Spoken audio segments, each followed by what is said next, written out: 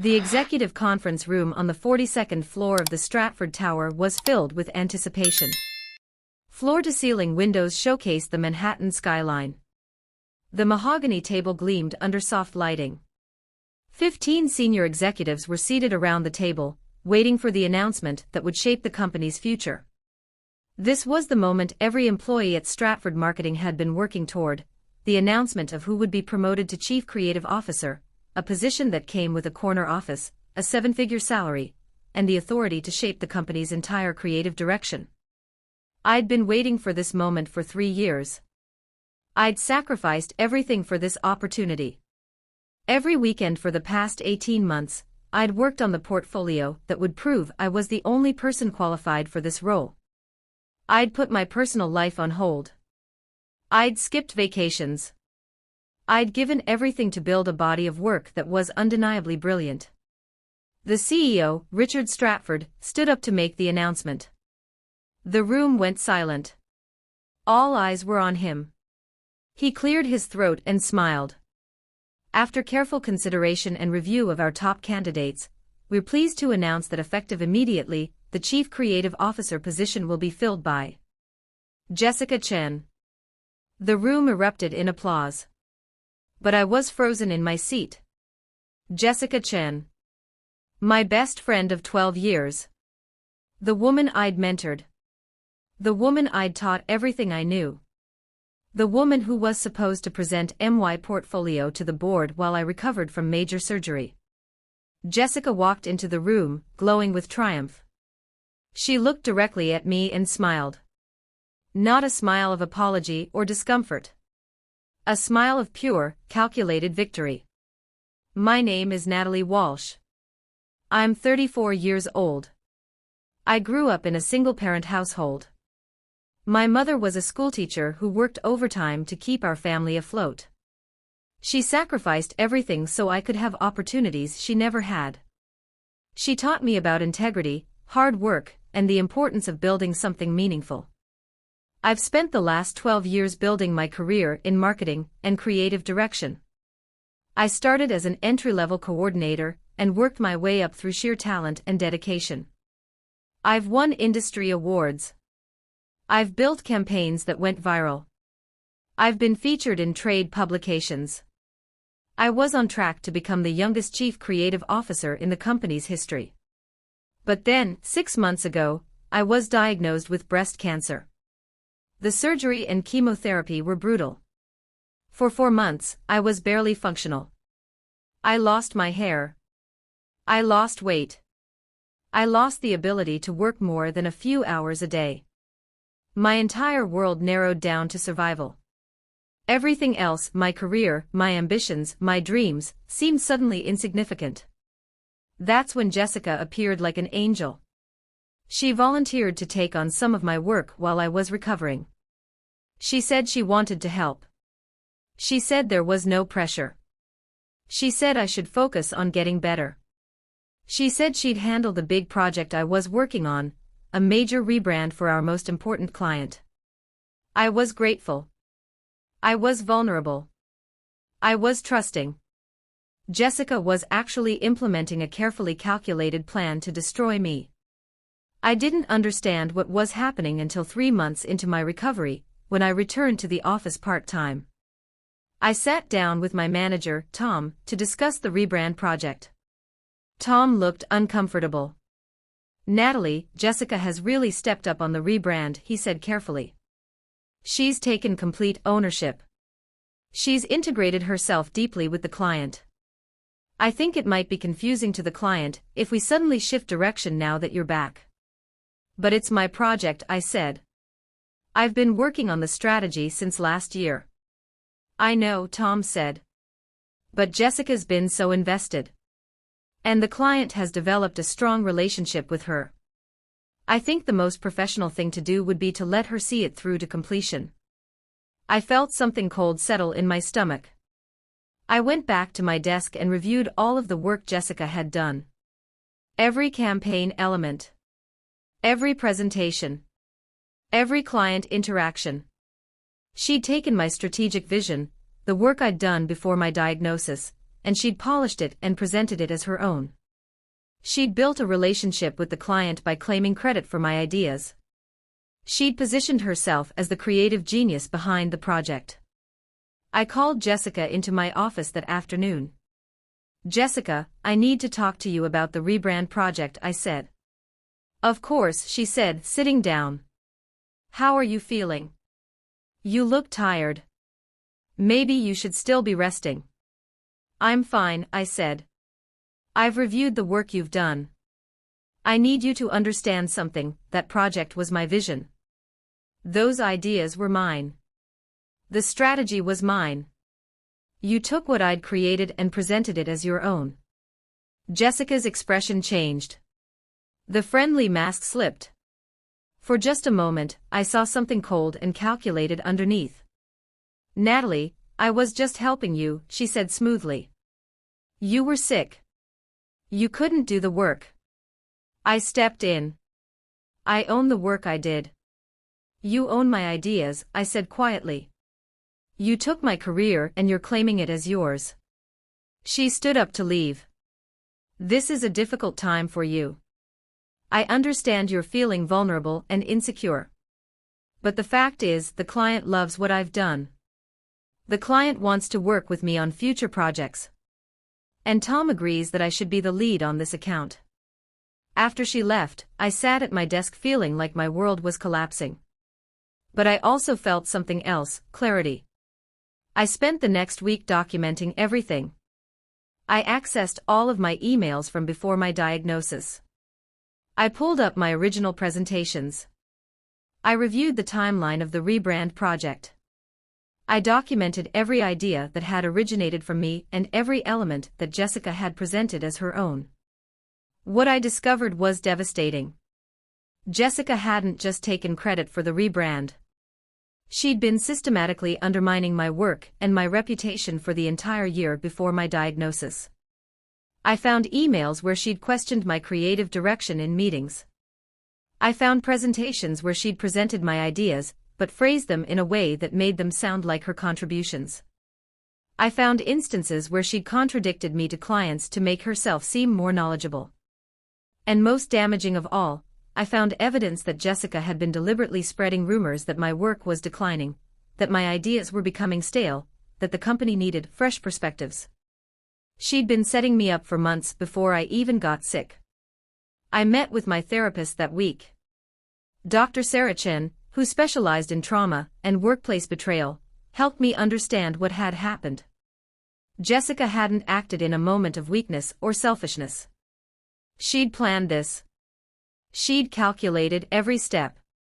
She'd used my vulnerability as an opportunity. "What do you want to do?" Dr. Chen asked.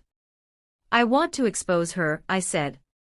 "I want everyone to know the truth about what she did." "That's understandable," Dr. Chen said. "But revenge often comes at a cost to the person seeking it. Before you pursue exposure, think about what you actually want the outcome to be." I spent a week thinking about that. What I wanted was justice. I wanted Jessica to understand that her actions had consequences. I wanted the company to know the truth about what had happened.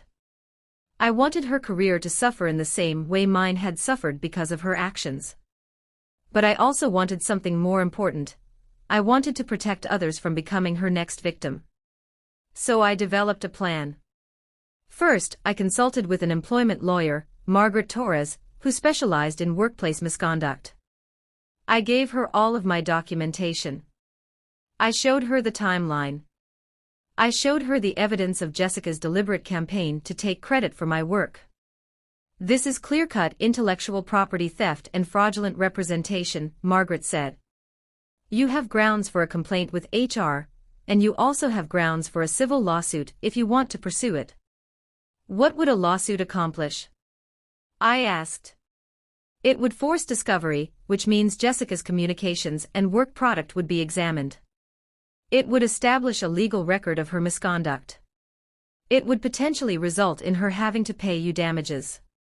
And it would follow her professionally. Any company doing a background check would find evidence of the lawsuit." Second, I compiled all of my evidence into a comprehensive report. I included my original work from before my diagnosis. I included Jessica's presentations that incorporated my work.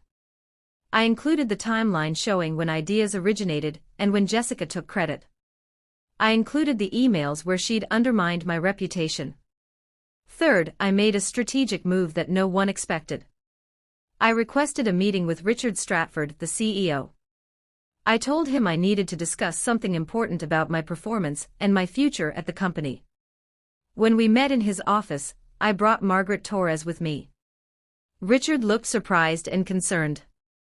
Before we discuss my future at this company, I said calmly, I need to inform you of a serious situation that involves one of your senior executives. I presented my evidence. I showed him the timeline. I showed him the documentation of Jessica's misconduct. I explained how she'd taken credit for my work, how she'd deliberately undermined my reputation, and how she'd strategically positioned herself to take my promotion while I was recovering from a life-threatening illness. Richard's expression grew darker as I spoke. I'm not bringing this to you out of personal revenge, I said. I'm bringing it to you because Jessica's behavior represents a serious risk to this company. She's demonstrated that she's willing to take credit for others' work, to lie to clients, and to engage in deliberate sabotage of her colleagues. Those are patterns that could damage the company's reputation and its client relationships. Richard set aside 30 minutes of his schedule to review all of my documentation. When he was finished, he looked at me with a mixture of sympathy and fury. This is extremely serious, he said. I'm going to involve our legal department and our HR department. Jessica is going to be placed on administrative leave pending a full investigation. Within days, Jessica was placed on leave. The investigation that followed was thorough and devastating for her. The company's legal team interviewed dozens of employees. They reviewed years of email communications. They examined project files and presentation histories. What emerged was a pattern of behavior that went far beyond what I'd documented. Jessica had done this to other employees as well.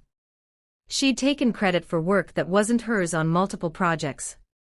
She deliberately undermined colleagues to position herself for promotions. She'd lied to clients about her role in various campaigns. The company's investigation concluded that Jessica had engaged in systematic fraud, theft of intellectual property, and workplace misconduct. She was terminated from her position. The promotion was rescinded.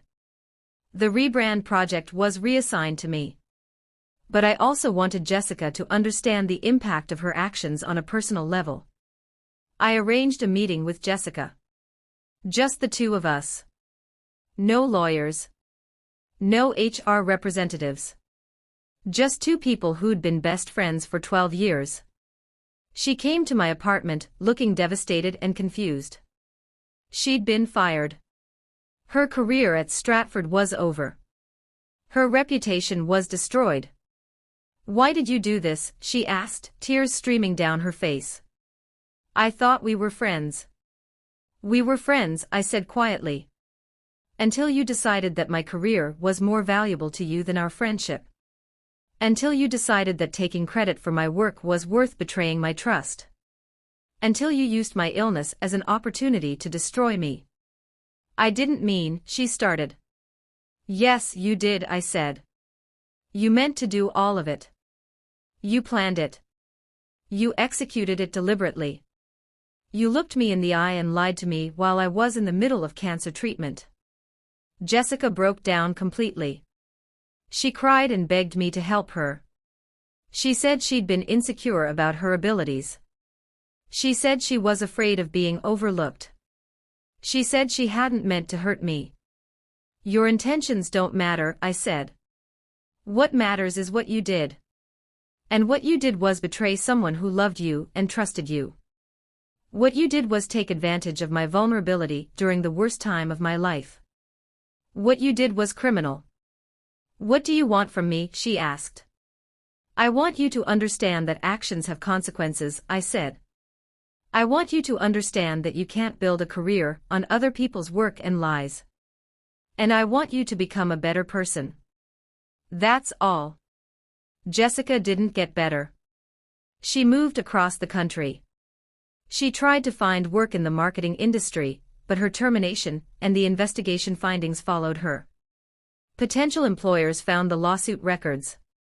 Colleagues in the industry heard about what had happened. Jessica eventually had to leave marketing altogether and take a job in an entirely different field, at a significantly lower salary, and with no path for advancement. As for me, I was promoted to Chief Creative Officer. The position came with everything I'd worked for: the corner office, the seven-figure salary, the authority to shape the company's creative direction. But more importantly, it came with vindication. The company's board of directors issued an official statement acknowledging my contributions to the rebrand project and recognizing my talent and dedication. I was featured in industry publications as a story of perseverance and integrity. Other companies reached out to me with job offers. I became a sought-after consultant and speaker on workplace ethics. But the victory I felt wasn't about Jessica's downfall. It was about reclaiming my career and my identity.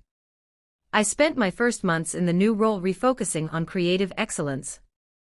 I hired a team of talented people, many of whom had been overlooked or undermined by Jessica. I created a company culture based on integrity and credit where it was due. I made it clear that taking credit for others' work was grounds for immediate termination. I also became an advocate for workplace accountability. I spoke at industry conferences about toxic workplace cultures. I wrote articles about protecting yourself from workplace sabotage. I mentored younger women in the industry to help them navigate competitive environments without compromising their integrity. 1 year after my promotion, Jessica reached out to me again. She'd read an article I'd written about workplace betrayal. She said she'd been in therapy. She said she'd come to understand her own insecurity and jealousy. She said she wasn't asking for forgiveness, but she wanted me to know that she recognized the severity of what she'd done. I didn't respond immediately. I talked to Dr. Chen about whether I should respond. "What do you want the outcome to be?" Dr. Chen asked. "I want her to understand that she destroyed something real," I said. "I want her to understand that betrayal has lasting consequences. And I want her to understand that I'm not going to give her the satisfaction of absolving her of what she did." I never responded to her message. What I did instead was focus on building a life and career based entirely on my own talent and integrity. I continued to advance in my career. I continued to mentor other professionals. I continued to write and speak about workplace ethics. I built something real and lasting. And Jessica became a cautionary tale in my industry, a story people told about what happens when you betray your colleagues and take credit for their work. Here's what I learned through this experience: betrayal isn't always about malice. Sometimes it's about insecurity. Sometimes it's about fear of being overlooked. Sometimes it's about someone making poor choices because they're afraid of not being good enough. But regardless of the motivation, betrayal has consequences. Jessica didn't plan to have her career destroyed. She didn't plan to end up working in an entry-level position in an entirely different industry. She didn't plan to become known as someone who's untrustworthy and dishonest. She just made a series of choices, and those choices led to those outcomes. The best revenge wasn't exposing Jessica or destroying her career. The best revenge was succeeding so completely on my own merit that Jessica's actions became irrelevant to my success. I got the Chief Creative Officer position. I built an incredible career. I became an industry leader. And Jessica became someone who tried to steal my career and failed. That's the last laugh. That's the ultimate victory. If you've been betrayed by someone close to you, if you've had your work stolen or your career sabotaged, I want to hear your story. Drop a comment below and tell me how you reclaimed your power. And don't forget to subscribe for more stories of justice, betrayal, and triumph. Subscribe now and turn on notifications so you never miss an upload. These stories of people who've overcome workplace betrayal and built extraordinary careers are coming your way. You won't want to miss a single one.